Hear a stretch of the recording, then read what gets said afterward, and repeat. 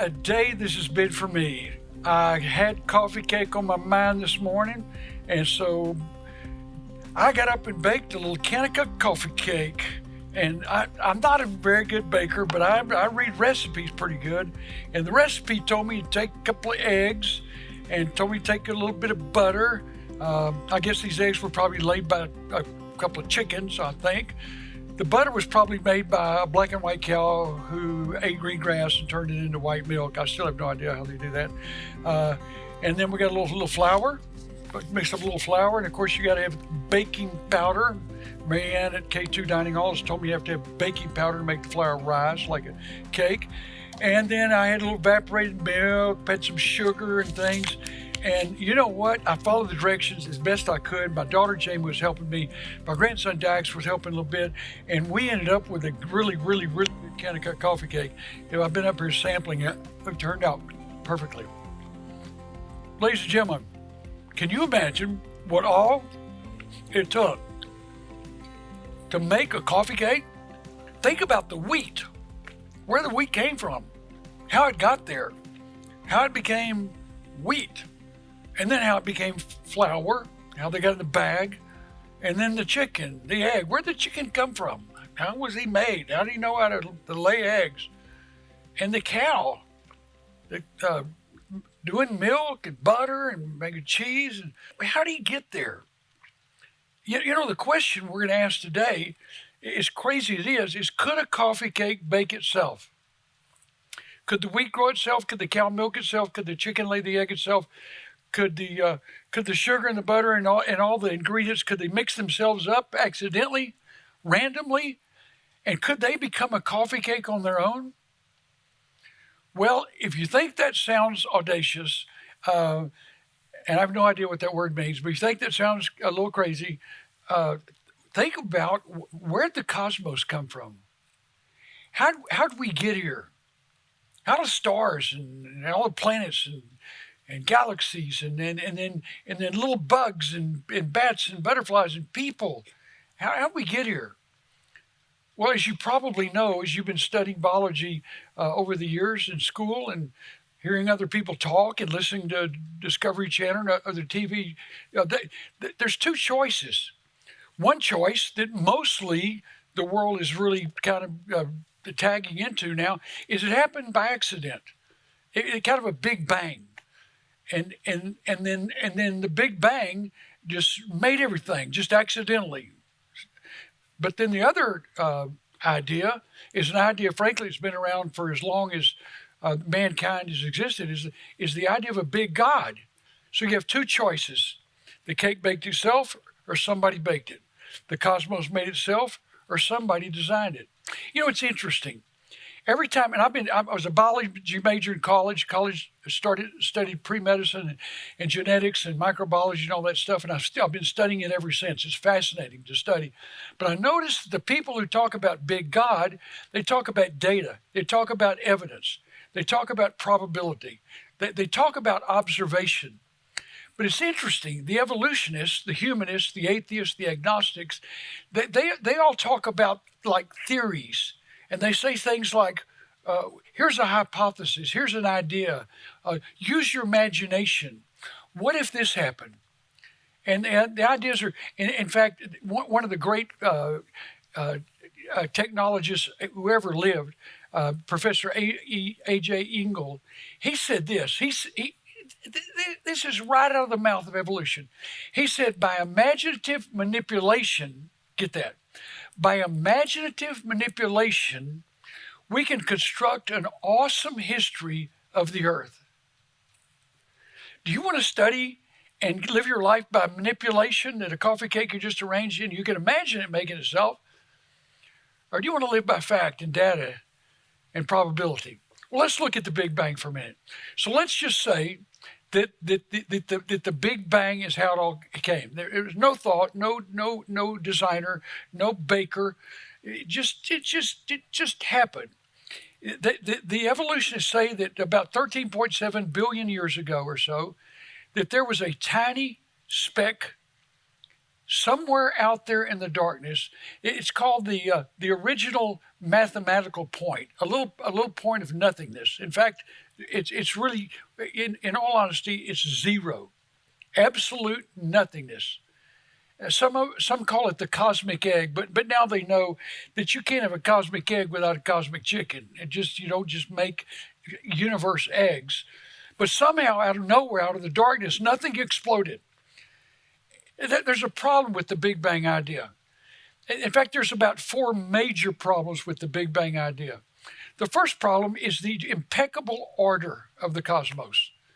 It seems like the cosmos, as they've studied it through the centuries and even into today, here we are in the 21st century, that they're finding more cosmic architecture than the cosmologists are finding chaos. Interesting. You know, Webster's dictionary not long ago defined the cosmos. Now, this is not the Bible, this is the dictionary. And they define the cosmos in Webster's as an orderly, harmonious system. Think about that. Even the solar system, way back in elementary school, they would first teach us about the solar system. Everything in perfect order. Every planet perfectly ordered. The moon even perfectly ordered to the earth. The earth perfectly ordered its relationship to the sun. What does it take to make order? What does it take to make harmony? What does it take to make a system? Well, everybody knows to make harmony, you have to have an orchestra director who directs the orchestra with precision, a brilliant director. And what does it take to make a system? It takes a designer, an engineer. And so I think Dr. Hugh Ross really sums it up the best, one of the greatest cosmologists of all time.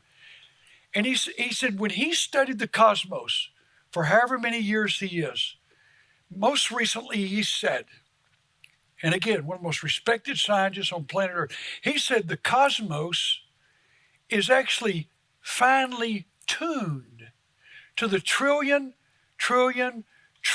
degree of perfection. That is unbelievable that a cosmos, some 27 billion light years of galaxies, that it could be ordered, designed, and tuned to an infinite amount of perfection, or it would not exist as it exists today. But on the other hand, what if it was just a Big Bang? What if it was just a mindless, accidental, kind of a purposeless, random, chaotic, stochastic, haphazard explosion? Think about that. If you've ever blown up firecrackers or you've ever seen dynamite blow up or anything blow up, what does an explosion do to anything? What would explosion do to a car?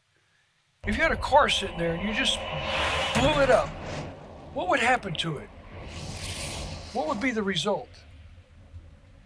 What would happen if that car just exploded?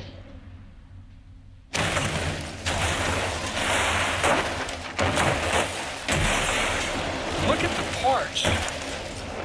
The thousands and thousands of intricate parts going in every direction on the planet. That explosion didn't build anything. And no explosion, in fact, the biggest explosion, the nuclear explosions, destroy sometimes whole cities and even could destroy a whole nation in the world if enough of them went off at the same time. There's never been order created by any explosion. But what's the chance of an accidental Earth? I know the chance of an accidental coffee cake, impossible. But what's the chance of an accidental Earth? How can it happen? Well, one of the greatest cosmologists ever, this one is from Oxford, Dr. Roger Penrose. He said, as he studied the odds of an Earth in the solar system, in the Milky Way galaxy, in the cosmos, giving life to the planet as we see life today, he said the chance of that happening is 1 in 10 to the 123rd power. Men and women, for the cosmos to exist as it is today, with the Earth existing where it is in its perfect order, with the moon, with the sun, with the solar system, with the Milky Way galaxy is one. That's one chance. That's all you get. So if you're an atheist, if you're an agnostic, if you're a humanist, if you're an evolutionist with Darwin, you got one chance of being right. And everybody else who believes that God did it, that it was designed intentionally, has 10 with 123rd zero. That's 10 trillion chances. That's why Dr. Arthur Compton, again, historically, a Nobel Peace Prize winner in physics, Dr. Compton, who was the chairman of the National Academy of Science at one time, he said an orderly unfolding universe testifies to the truth of the most majestic statement ever uttered: in the beginning, God. And I believe that's why more recently, Dr. Andre Linde from Stanford, he said the Big Bang Theory is scientifically brain dead, impossible. But then the evolutionists have another problem. The Big Bang Theory philosophy has another problem. This other problem, besides incredible order, is unfathomable energy. You just take the sun, for example, talk about energy. We're talking about 300,000 candle power every square inch. And so let's talk about power. Well, power is measured in watts. So if I had my little iPhone and I turned on that light, which is really pretty bright if you've ever turned on your light on the iPhone at night, but that it's only measurable by 0.2 of a watt, 0.2 of 1 watt. Now, on the other hand, a nuclear power plant has about 1 gigawatt. That's 1,000 watts of power. But the sun, on the other hand, has about 386 billion gigawatts. And you multiply that, and you look at the amount of power in the galaxy we live in, and that power is around 386,600 billion gigawatts. That is power. But then you look at the cosmos, and it's just unbelievable. The cosmos, the power generated by the cosmos that we know. And by the way, we only know a fraction, scientists are thinking today, of the cosmos. But even the cosmos that we know would have about 386,000 billion trillion gigawatts of power. You talk about power, but let me tell you about power. The greatest power that's ever been measured in science was measured in 2006 by the WMAP satellite that was launched from NASA. At that time, they called this satellite the benchmark of all of science technology in space. And that satellite took pictures of space that we've never seen before. And it ran the cosmos back in its computers retroactively. And they saw the cosmos expanding. And they ran their computers back to the beginning of the cosmos. And they saw that the cosmos expanded over 1 billion light years. We're talking about zero. From the mouth of God, 100 billion, or some scientists are saying 10 trillion galaxies traveling over 1 billion light years in the first trillionth of a second. Men and women, that's why Dr. Robert Jastrow from NASA, the builder of the Goddard Institute of Science at NASA, said, now we know with absolute certainty that supernatural forces were at work in the inception of the cosmos. Can you believe, while all of science through Darwin's time, all the way till 1920, believed that the cosmos had existed forever, Darwin knew there was a constant, and he thought that the cosmos was the constant, since God was not the constant, that the cosmos was. But of course, Einstein and others have proved that the cosmos is moving outward. Can you believe that 700 years before Jesus, the Bible, the Word of God that people ridicule all over this planet because they don't know the one who wrote it, Isaiah wrote before Einstein was ever a thought except in the mind of God, that the cosmos was expanded like a curtain. He said God stretches out the cosmos like a curtain. And that's what we see in science today. Well, the other problem that atheists have, the other problem that the Big Bang philosophy has, is the immeasurable matter. That zero could expand into what some scientists are saying now 10 trillion galaxies. Ladies and gentlemen, that is somewhere in the proximity of 12 billion trillion stars. And before you think those things out there are just little sparkly, little twinkly little Christmas lights, I'll tell you about one star that you can see out in the north, I believe the northeastern sky when we're looking at the stars out at our camp out at K2. This little star is called Deneb. Well, it's a long ways away in our galaxy, but you can see it. It's on the tip of the constellation that's called the Northern Cross. And out there in the northeast, as you look at this one tiny little twinkly star, they have measured that that star may have as much brilliance as 196,000 of our suns. Those stars are monstrous. And the matter that's out there in the cosmos is immeasurable. And then there's a last problem. The atheists have is the indescribable energy in the cosmos. I mean, the indescribable intelligence that's in the cosmos. You know, the people that say that cake could bake itself, and that say that a watch, that a watch could just kind of come together and throw itself together like an Apple Watch could be the product of some kind of a miraculous gathering of molecules. And this is nothing compared to, life. But even as simple as the simplest life is, the most simple bacterium, I'm talking about like the first speck of light that supposedly just sort of came together, stochastically, accidentally. There's as much brilliance, men and women, as much complexity in the tiniest bacterium as in the biggest library in the world, like 10 million volumes of information, and that's a scientific fact. In fact, it has been stated in science that the human DNA complex in a human cell has as much data, as much complexity, as much information as the space shuttle. The space shuttle with 5 computers, with $16 billion, with literally thousands of scientists on the ground to think it up and to get it off the ground. That the human genome would have as much brilliance as the space shuttle has. And all that happened supposedly accidentally. I mean, you just look at the eye. Just one little thought. The eye has about 10 million cells in the retina. And there was a study in Byte magazine, the computer magazine recently, that said that one cell in the retina, every thousandth of a second, I'm talking about 1 out of 10 million cells. This is what helps you see the way you can see.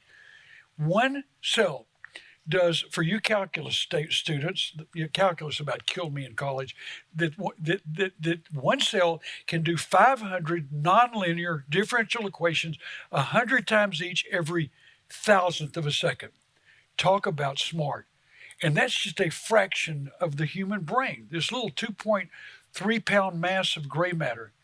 It is known throughout the scientific world that the human brain is the most intelligent machine by far than all the other machines in the world combined. So how did life originate? How did the first living speck of life originate? That little simple bacterium we were talking about that has the brilliance of all the biggest library in the world. How did it happen? Was it designed? Was life thought up? Was it created? Or did it just happen? Like the coffee cake, like the watch? Well, Charles Darwin, as you know, who built the whole theory of evolution back in 1854, 1859, published a book called Origin of the Species. And in that book, he postulated, he thought, he theorized that life came from nothing. That he said one time, he said, imagine a little lifeless pond. And notice that Darwin calls it a little imaginary pond. And somehow he said, imagine that little pond, that life sort of arranged itself. Well, that's very interesting.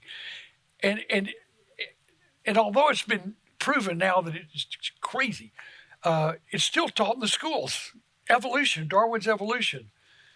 But I'll tell you the chance. Now I'm just going to go to science. He's talking about imagination, but I'm going to go to science. And I'm going to tell you about Sir Fred Hoyle. Sir Fred Hoyle, according to the London Telegraph, the great newspaper in London, they say that Hoyle is the #1 cosmologist, astrophysicist in all of England. Well, he studied life in the simplest form, and he said the possibility of of of of life beginning in some kind of a little lifeless soup on planet Earth, some 3.5 billion years ago, is evidently nonsense of a high order. So in his study, he has said that spontaneous generation, that life evolving from nothing, has one chance. One chance. If you're an evolutionist, an atheist, an agnostic, I respect you, but according to science, you have one chance of life coming from nothing in 10 to the 1 billionth power, according to Dr. Hoyle. That is 10 with all the zeros you see on this screen, and 10 million more screens of zeros to carry out the likelihood that life could have happened from nothing. Even Richard Dawkins himself came forward. And although he is a renowned atheist, he studied life as well. And he said something coming from nothing is evidently counter to common sense. I love what Dr. Michael Denton said. You know, Dr. Denton studying life, he said, is it impossible to accept an event such as life inventing itself? Such an event would be indistinguishable from a miracle. But even if it did throw itself together like a watch, like a cake, like an egg, it just happened. The likelihood, of course, is seriously impossible. But if it did, then how did life evolve? How did the amoeba evolve into a jellyfish? How did the jellyfish evolve into a rainbow trout? How did the trout evolve into a frog? How did that evolve into a turtle and a lizard? How did the bird evolve into the lizard evolve into a bird and a hamster and eventually monkeys and a man? How did that happen? Well, they call it species evolution. Species evolution is the simple form evolves into a higher form. Well, before you let that term just kind of fly past you, you got to understand there's 8.7 million species today that we know of on planet Earth. And the interesting thing about the species on planet Earth is they're all so incredibly immaculate. They're so unique. You've got critters like the bat, who's blind, but he can see many, many, many times better than a nuclear submarine. He has sonar like a submarine. And the best computers, the best minds that have created the sonar for the submarine to see are far surpassed by the sonar of the bat. He has the finest eyesight, even though he's blind, to catch mosquitoes like thousands every night by using bouncing sound waves and reflecting them in his hearing capacity and knowing exactly where that mosquito. And then you see things like the monarch butterfly, who can fly from his home in Canada every fall all the way across America, 3,000 miles down into the Sierra Nevada mountains of southern Mexico, and he can find the tree that his great-great-great-great-grandfather grew up in, and he never met him. He could find that tree. You talk about unique.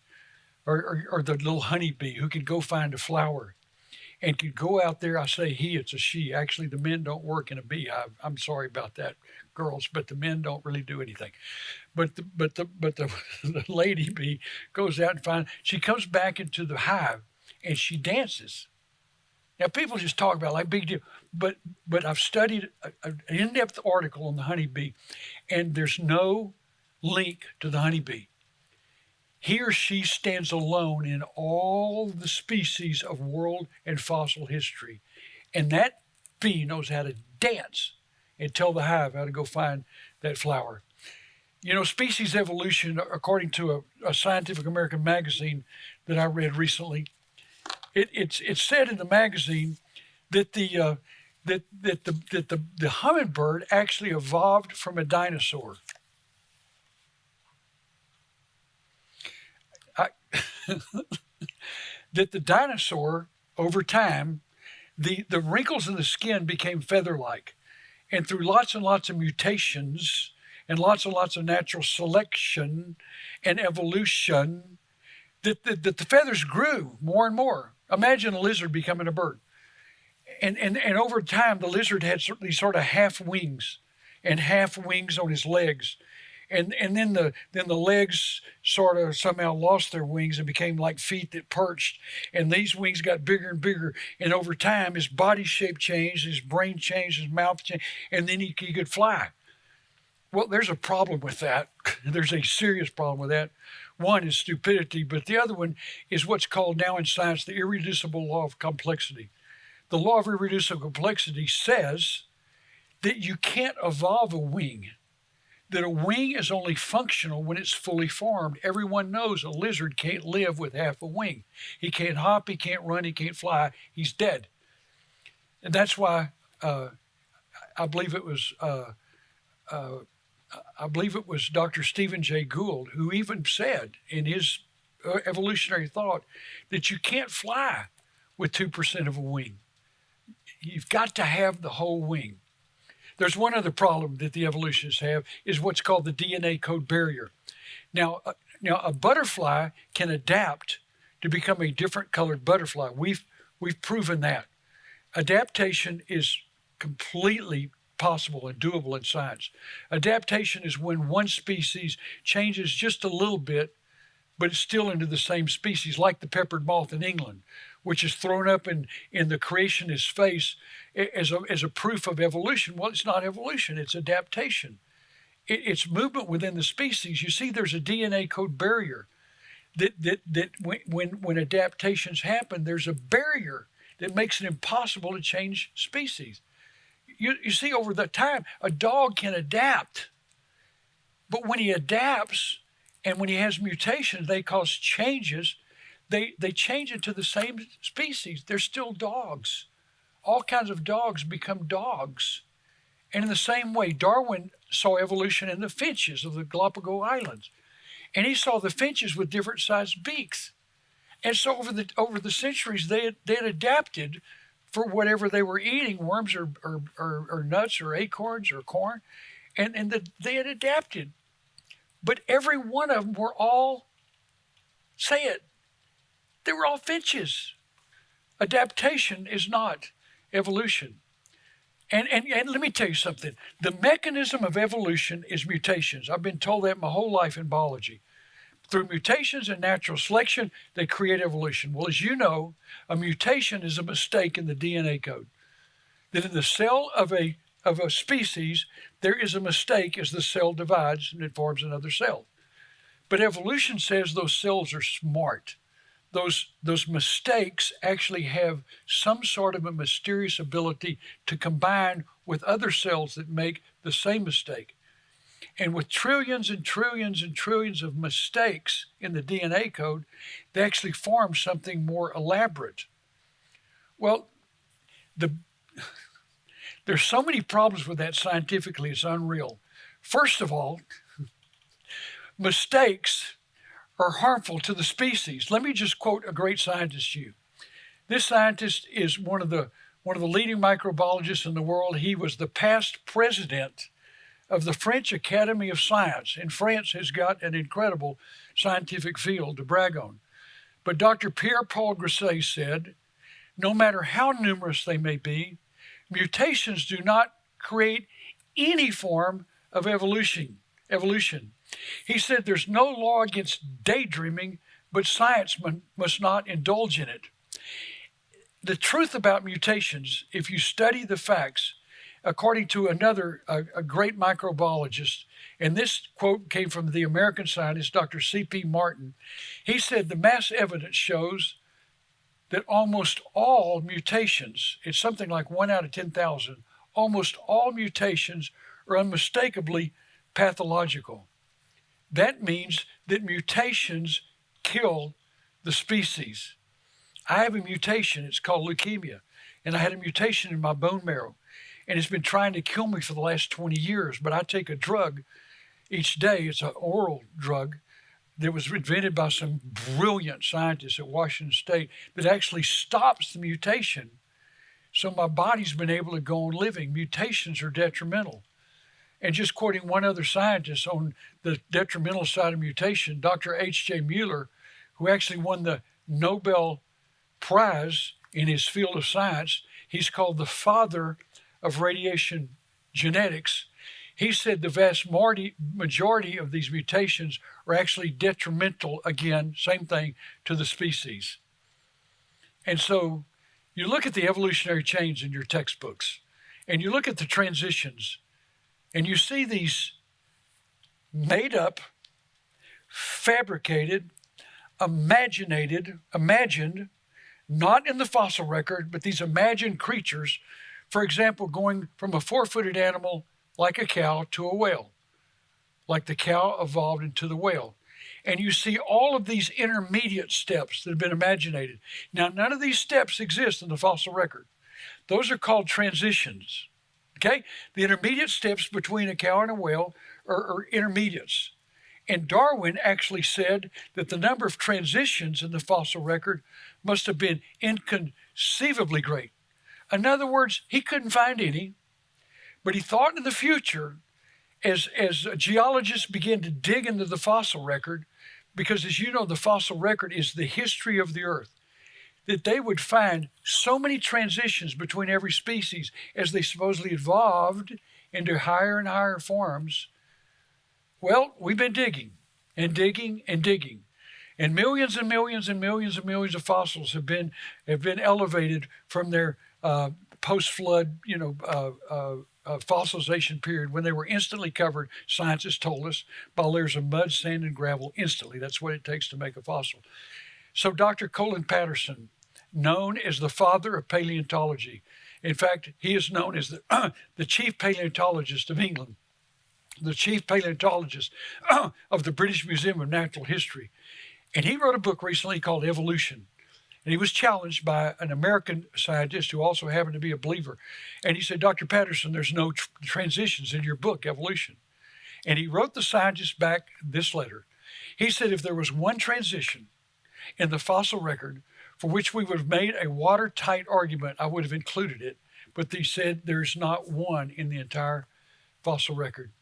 So when you look at the fossil record, you see that the fossil records show what Dr. Gary Parker said. By the way, a former atheist and evolutionist, he, like thousands of scientists, have seen that there has to be a designer.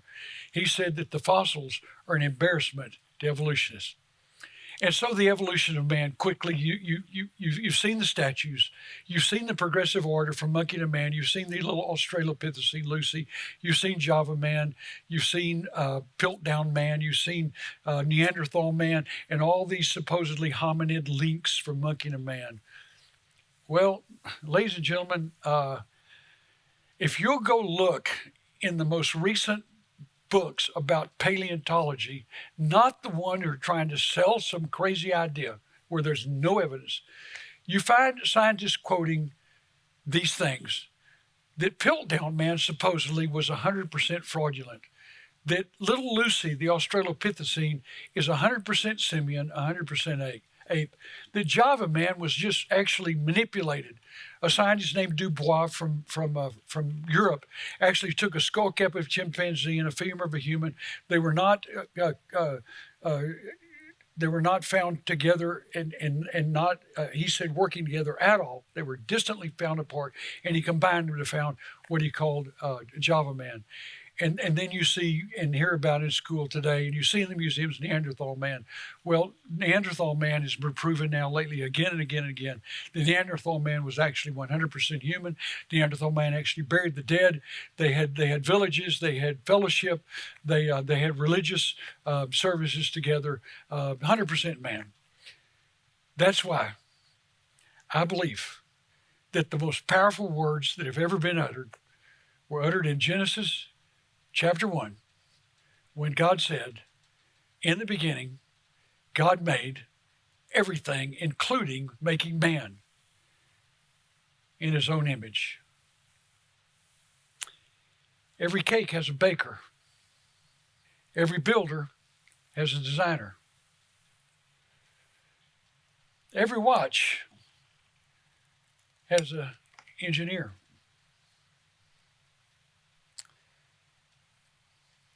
Would you imagine with me asking the question after all we've studied? Can you just imagine with me for a minute? Can you imagine with me a pair of eyes? Eyes that could see you. Eyes that could see past your skin.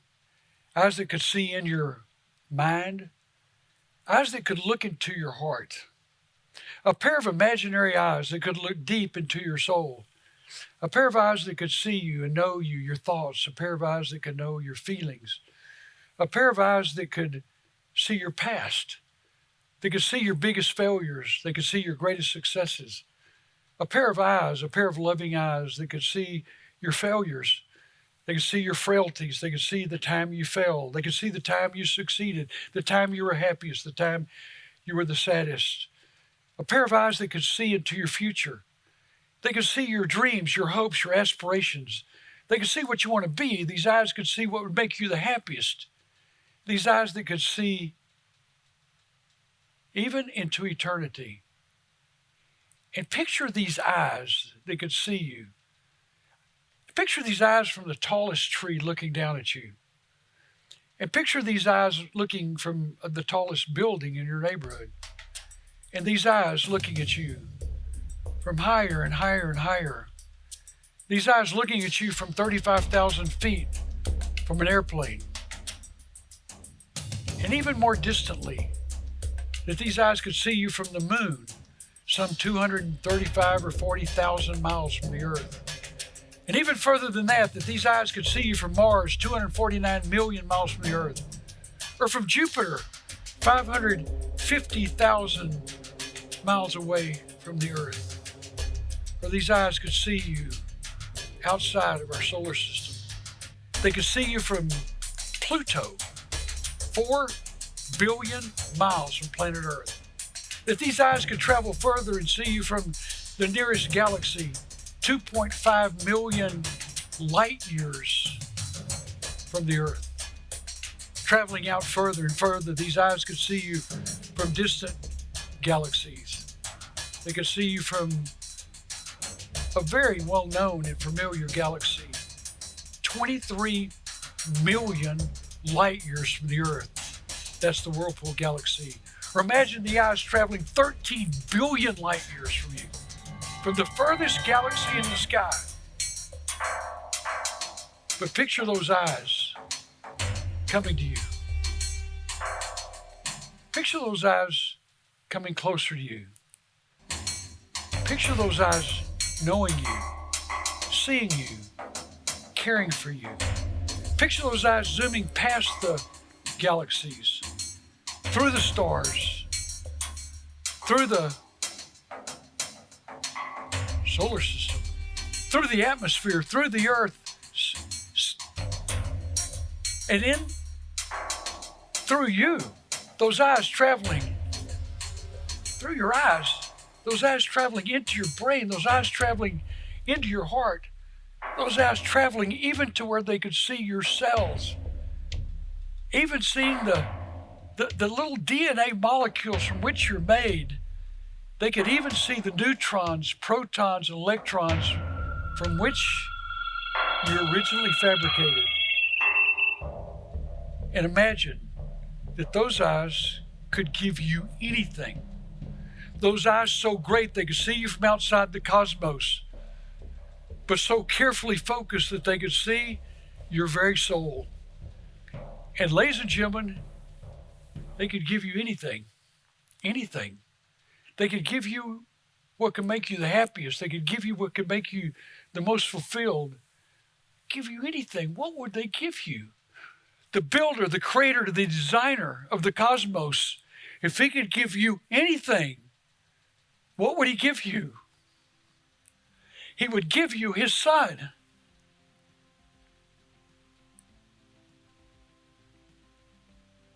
He would give you eternal life.